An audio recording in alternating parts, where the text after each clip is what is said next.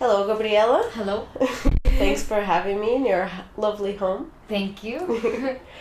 Can you tell everyone a little bit about how you came to be an illustrator and an animation artist, please? I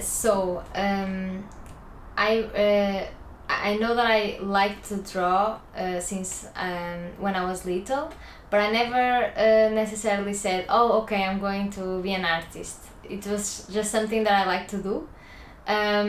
Eventually, I got in art school. I went to design, but still, I still like the idea of illustration, but not necessarily I'm going to be an illustrator.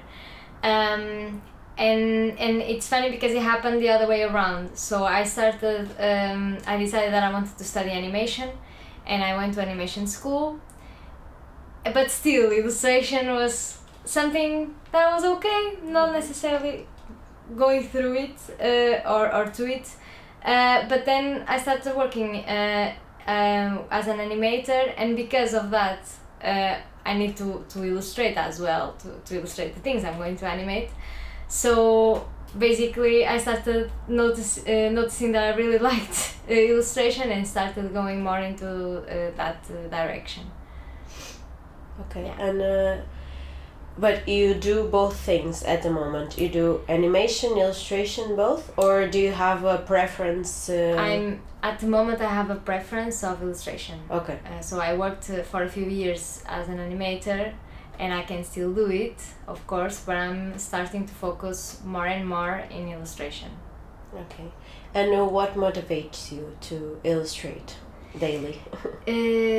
To be honest, well, I think it started. It started with this thing that I call thoughts of the day. That was like this tiny, super raw drawings that I would do every day. Okay. This was like 4 years ago, something like that. Mm-hmm. That every day I would do a drawing of something that happened on that day, like something funny or something deep or just a reflection that I had, like some thought that I had, and I started doing these drawings. And it was funny because I was realizing that I was doing a journal of my life, and I could see like all of like the sad days and the happy days and the memorable things. Everything was in the journal. So I think that was when I started really enjoying illustration, and eventually it just started being more complex. Mm-hmm. So basically I would say it's everything that it's on the daily life. So it can be like good things or not so good things, or just something that I feel that I need to put on paper. Some feeling or some news that I really want to talk about it, or something that is happening that I really want to talk about, or just something stupid and funny and really tiny that no one is going to relate to, but I will. So mm-hmm. There's this range of things, I would say. Yes. Okay. But it's the tiny things, mostly. Yeah, because I saw your work and you deal a lot about the humor in daily life. Like I saw in the website of Subculture's old lady like doing putting her laundry out to dry, and like, yeah, just 1 minute, and I totally relate to that. Like I just saw my grandma in that picture. Like I was like, okay. So you really go into the so how is your process? Do you go into the streets? Do you contemplate people around you, and then you come home? How is more or less your daily routine when it comes to illustration? Well, at the moment it's not very strict because I have a baby, so it's a little bit more off this year. But what I would do, basically, it's just like a matter of being focused or maybe just paying attention to the things around you. So say that I go to the supermarket. It can be just as simple as that. Supermarket or grocery store or shopping or this just the street or whatever, or mails or whatever it is. And the most of the times there is this moment that is there's something that you hear or someone talks to you or just this funny situation, but most of the times we are not aware of this and we're just like living our lives like, in the phone and talking to the people that are with us. So I think it's just a matter of being open to the environment that is around us. And when I see something that is funny, that you know, like those things that you hear and like, ha, you know, when this happens, I write on my phone. Okay. And if I don't write on my phone, it's gone forever. So I write, and sometimes it's gone forever. It is what it is. Or sometimes I remember, oh, okay, I'm going to need to write that, and then I forget, and then I remember again, and then I don't write it, and then I forget again, and it's gone for good. And then sometimes I stay like 24 hours trying to remind me, and it's just a pain.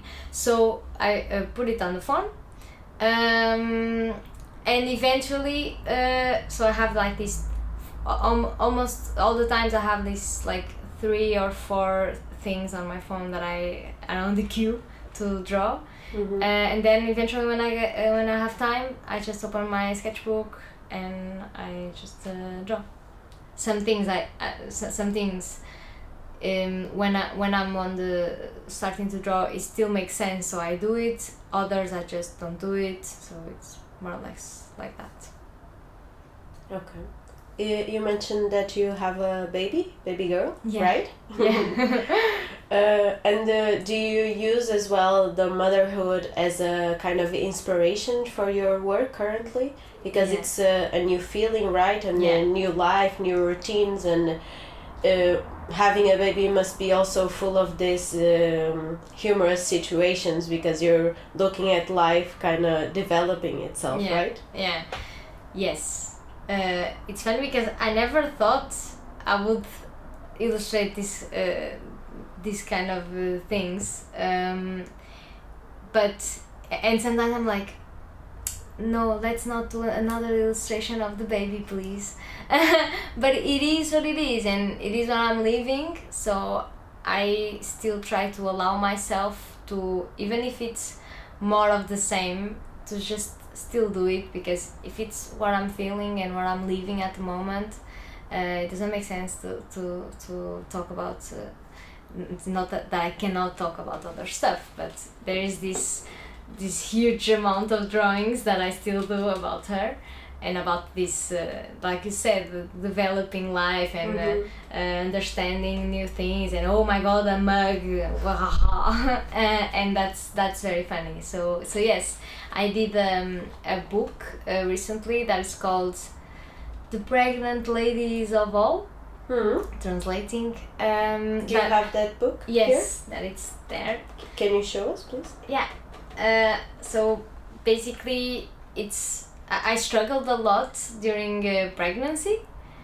So I started putting the drawings on paper after a few months after my kid was born, and so basically it's just like the story of Catherine is still on Portuguese here. I still need to translate it, but story about Catherine that gets pregnant and she's freaking out because everyone is telling her what to do and calling her mom and saying that here is mommy in Portuguese, and she's crying and everyone is like super happy, and so I just it was just my feelings in a story. So like what everyone says, like, oh, they already have a school for her, oh, you're never going to have a calm day in your life, oh, do you want to breastfeed, or oh, do you have a doctor already, have you chosen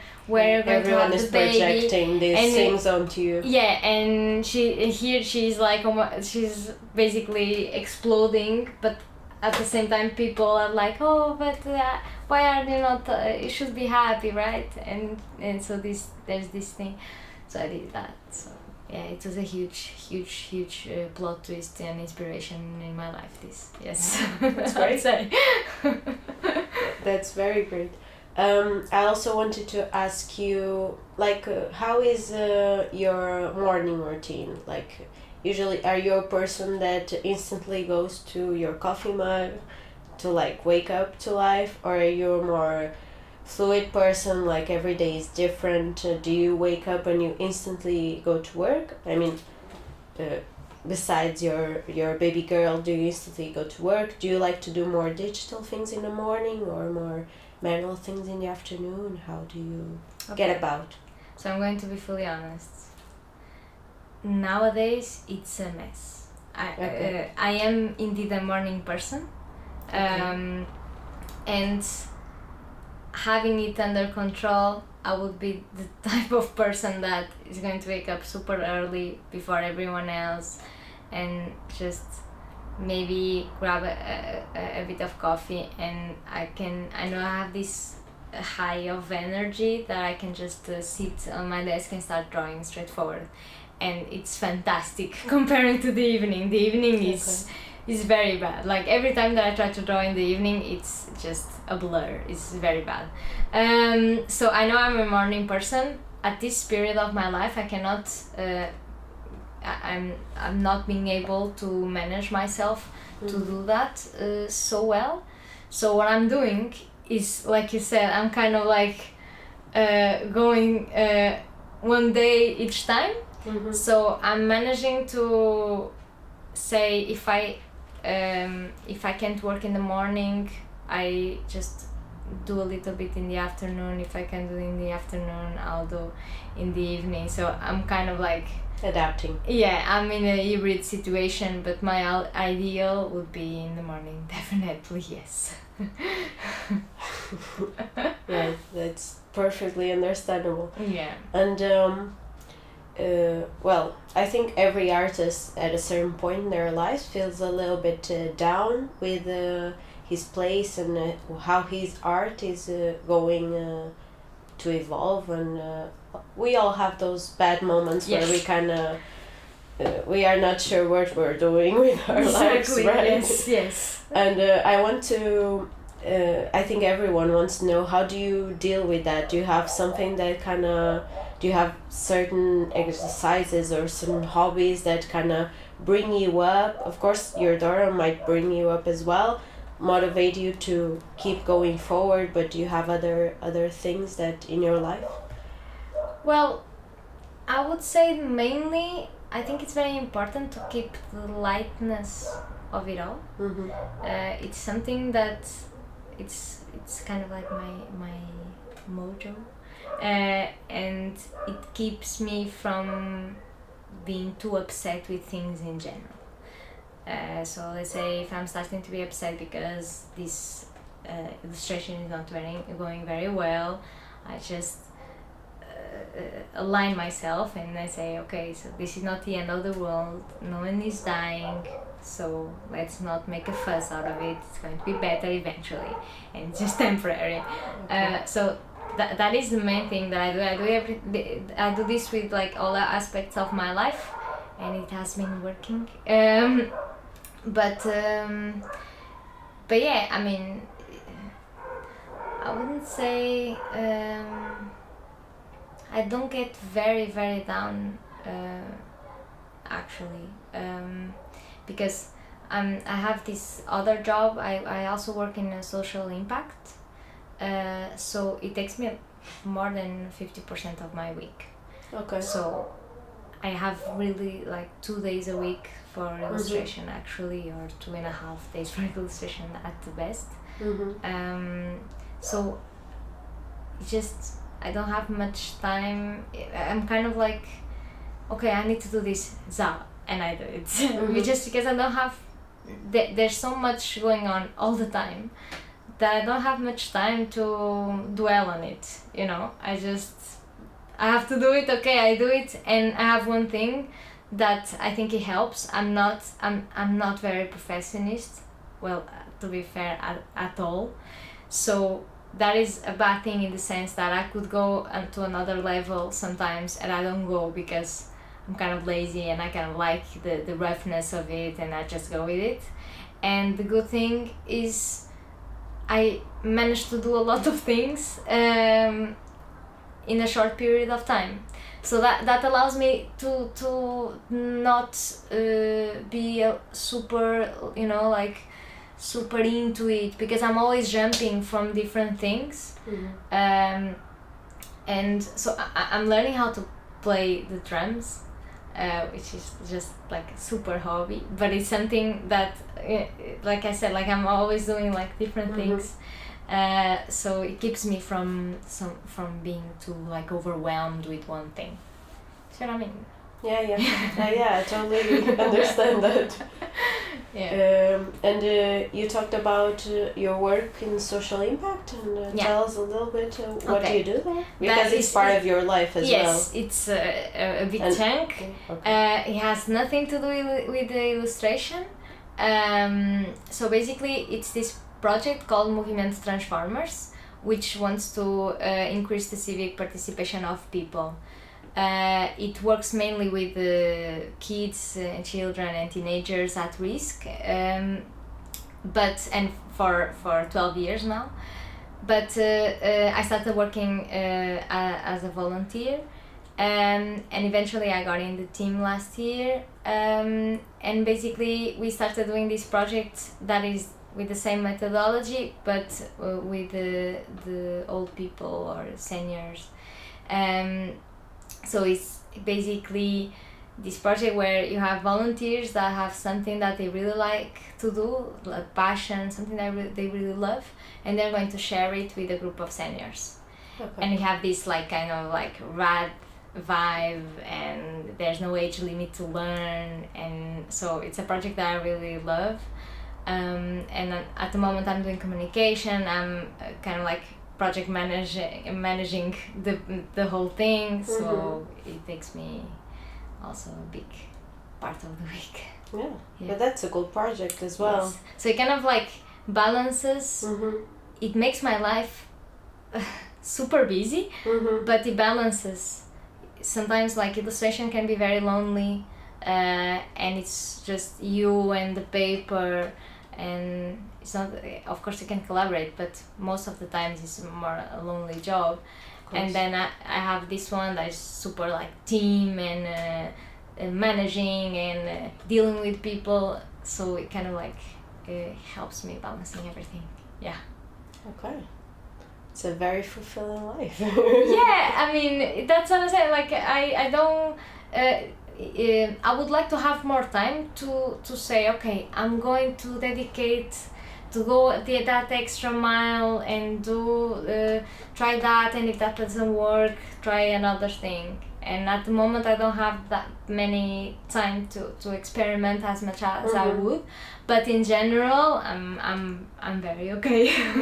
But you also get inspiration from also this project, because you deal with real people and you deal with real situations, and you can bring it back to illustration. It's not that actually it's funny, I haven't been doing that a lot, maybe because like I said, like I think one thing that is very important in the process is to have time to be open. And because last months I've been so busy that I realize I'm not so open to the environments, and so I'm more focused in what happens maybe more in my private life in my family and the friends and all, than the environment. But that's the cool part, that we can according to what we have at the moment, that we can as artists we can work with what we have, what we are feeling. If we are in a messy period, we we can talk about it, and if we are in a tidy amazing morning period, we can just enjoy it. But I think it's very important to also not be too strict with ourselves. That's what I'm learning. Thank you so much for sharing that with us. Thank you. And thanks again for having me. No, thank you. Really enjoyed this time. Thank you.